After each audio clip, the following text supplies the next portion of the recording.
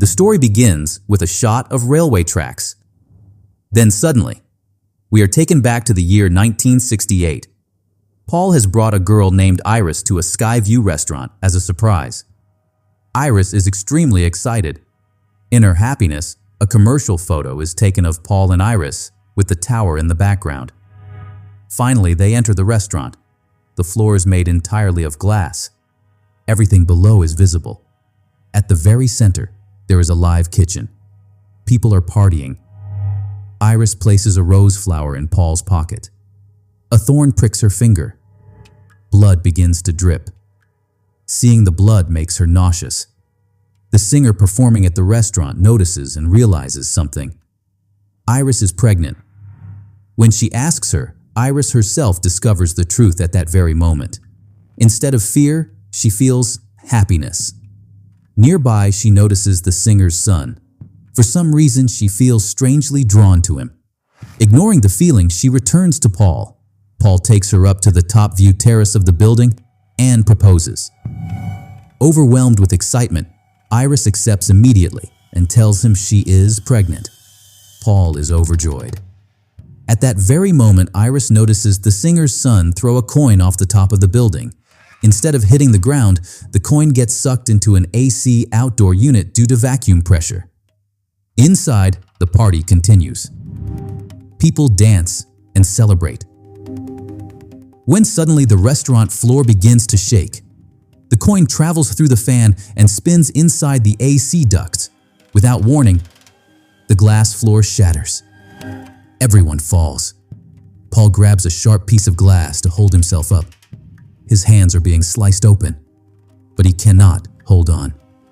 He falls to his death. Iris had been hanging on to Paul and survives. Everyone else dies. The coin continues traveling through the ducts and crashes into a gas pipe, causing a leak. In the live kitchen, fire erupts. The singer burns to death. Iris hides under a piano to save herself. When that fails, she runs toward the elevator. But it is already full. Before it can descend, a man is crushed beneath it. The elevator malfunctions. Everyone inside dies. Iris runs back toward the restaurant. Half of the structure has broken and hangs dangerously. People inside struggle to survive. Only a piano is balancing the entire broken section. The coin lands on the piano. The balance shifts. The entire section collapses. Everyone there dies.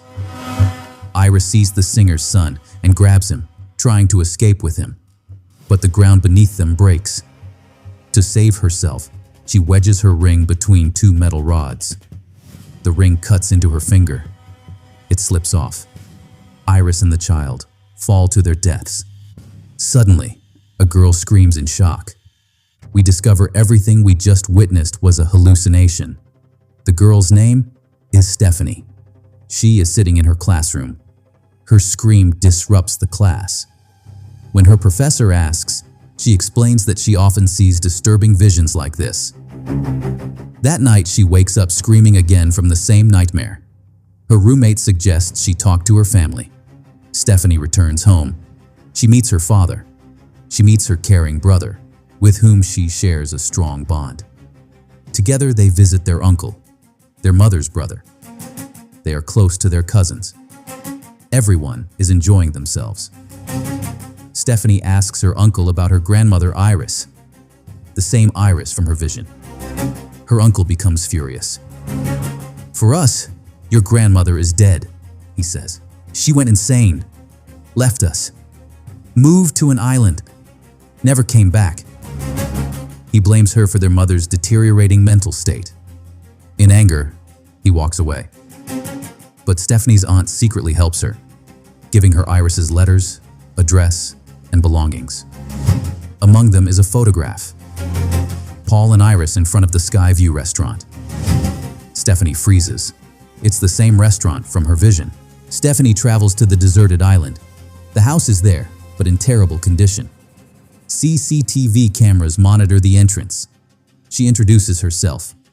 Iris lets her inside. Iris is excited to see her. She asks about Stephanie's mother. Stephanie says her mother left when she was young.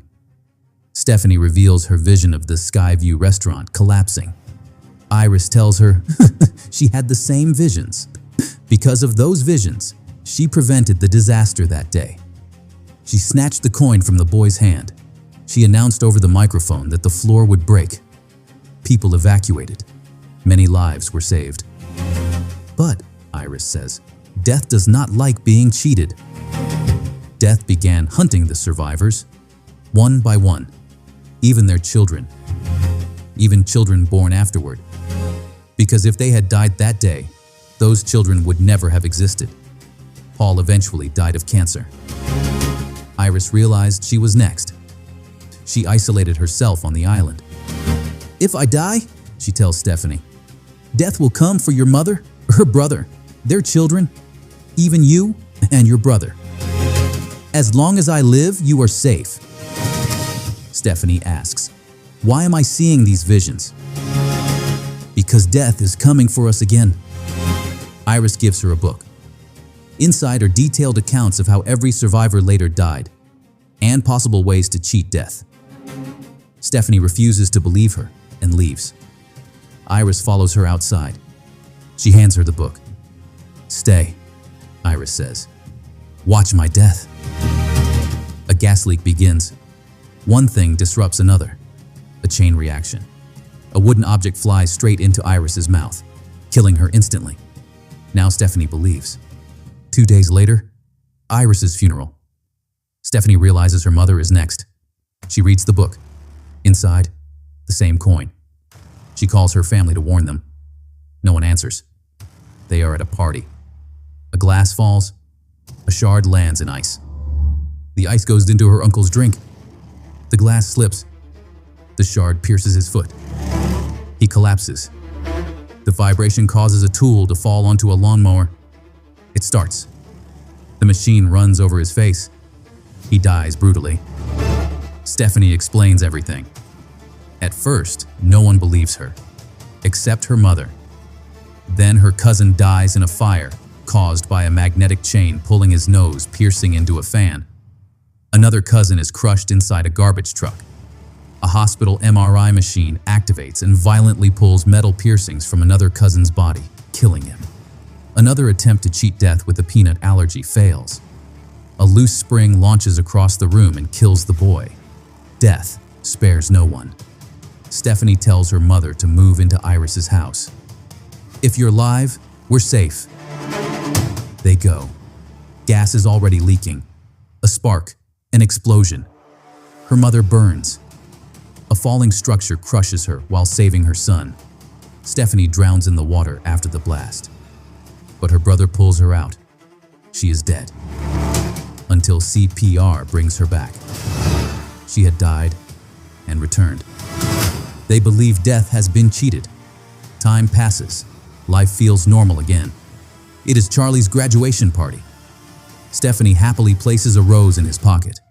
The thorn pricks her finger. Blood drips, exactly like Iris at the beginning. Stephanie's face changes. She understands. The game has started again. Cut to, the coin falls from an old woman's wallet.